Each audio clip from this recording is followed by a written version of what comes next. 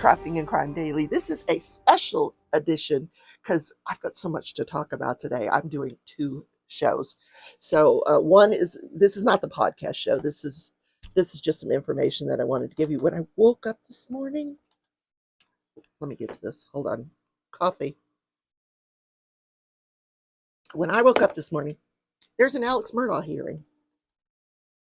And this courtroom was packed, jam-packed, mostly with attorneys. Because there's several hearings.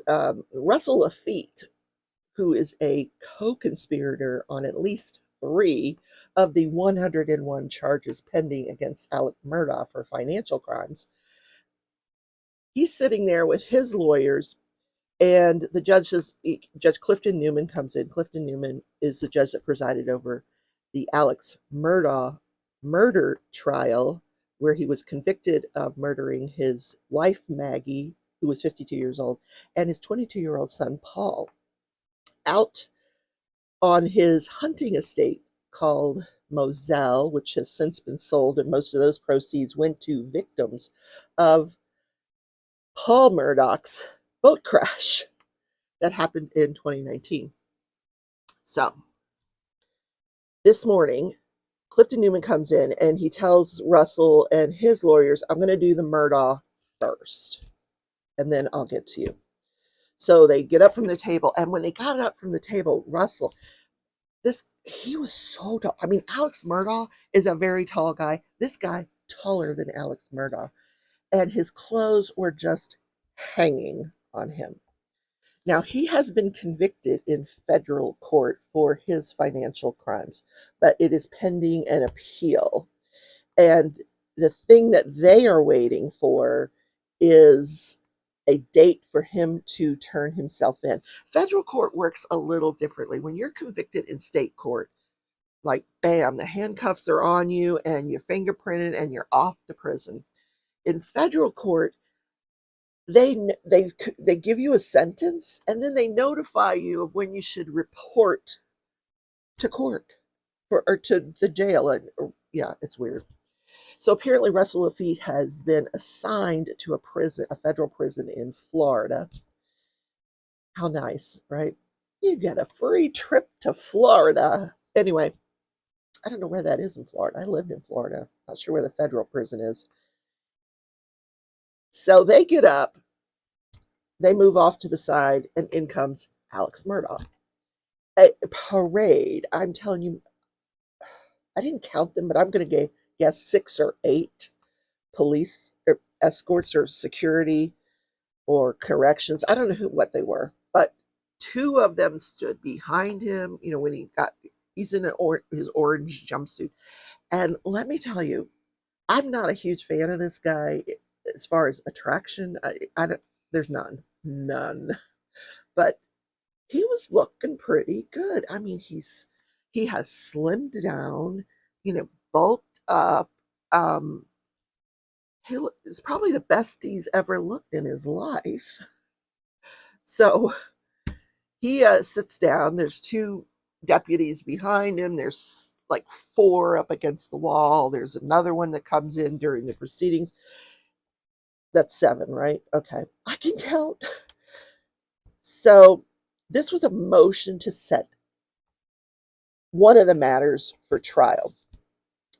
So the prosecution said there are 101 cases pending to the tune of $8.8 million in financial crimes. So the prosecution said what they would like to do is try the Gloria Satterfield matter first. So what the prosecutor did was he read for each county. He didn't read the individual charges, but he said there's, 13 cases pending in this county, several cases pending in this county, like 5, 6, 7 counties in South Carolina.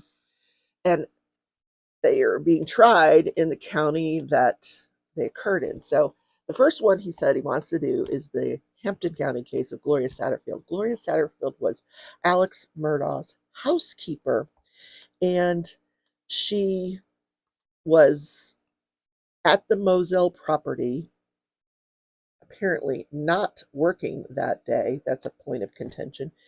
because if she had been working, it would have been a workers' comp injury. But somehow she falls down the front stairs of the Alex Murdaugh Moselle property. Paul and Maggie are present when it happens. They call 911. She is hospitalized and she passes away 3 weeks later. At her funeral, Alex Murdaugh convinces her two sons that are her survivors that they could have a homeowner's insurance case against him personally because the dogs took her feet out from under her. Yeah. And there's been several versions of this. And so who knows what really happened there, but I don't think it involved any dogs. Dogs were never mentioned in the 911 call by Maggie and Paul that day. It was only mentioned by Alex. So he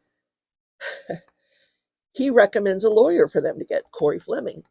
So my understanding is Corey Fleming was supposed to have a hearing as well today, but that matter has settled. He took a plea.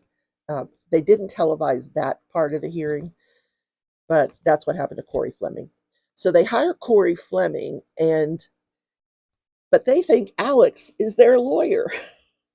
Now, granted, one of them is a high functioning autistic gentleman, but he thinks that Alex is his lawyer and that Alex will tell him when there's a settlement. Well, they get a quick settlement, from his homeowner's policy to the tune of in the excess of $4 million. And they don't tell the survivors. And Alex absconds with all this money. So that's the Satterfield matter. So he says, I want to try the Satterfield matter first.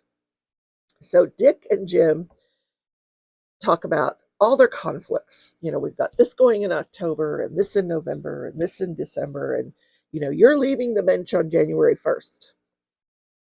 There was a question about that with my subscribers that, isn't he retired? So apparently January 1st is his last day on the bench. And he's determined, I'm going to get these trials on the docket. So, or at least the Satterfield matter on the docket. So he was not particularly sympathetic to Dick and Jim's conflicts. He said, no, I'm setting this for trial. So then, of course, the three lawyers are, beg your indulgence, Your Honor. So the trial is set for November 27th. Yep. Even though Dick and Jim said they won't be prepared. They don't have time to prepare because of all their other conflicts. And Judge Newman, not sympathetic at all. Nope, November 27th. Thank you very much. Next case. So they leave the courtroom. Alex is on his leash and he's leaving the courtroom with the bailiffs. So then Russell Lafitte comes back with his lawyers. And his lawyer explains to the judge, this was also just at one of, I think he's got 3 cases pending in the state court. So he said, I thought I would know by today what day he's supposed to report for his federal prison time. But he says, I keep checking my emails. I haven't heard anything. So the bottom line is judge is not inclined to set that case anytime soon. So he gave him an additional 6 weeks. And then they would revisit when they would set those cases for trial. Yeah. Russell Lafitte is not involved in the Satterfield matter. It's a different banker that's involved in the Satterfield matter. It's mainly, the Corey Fleming, Alex Murdaugh. So Corey Fleming is out, apparently, probably going to testify against Alex Murdaugh, I would presume. So that's what happened this morning in the Murdaugh matter. So I just wanted to cover that one separately. So because I have 2 other trials to cover. That'll be in my regular podcast. Have a great day. Don't forget to watch the regular show today, and I'll see you tomorrow in Corrupting Your Crime Daily.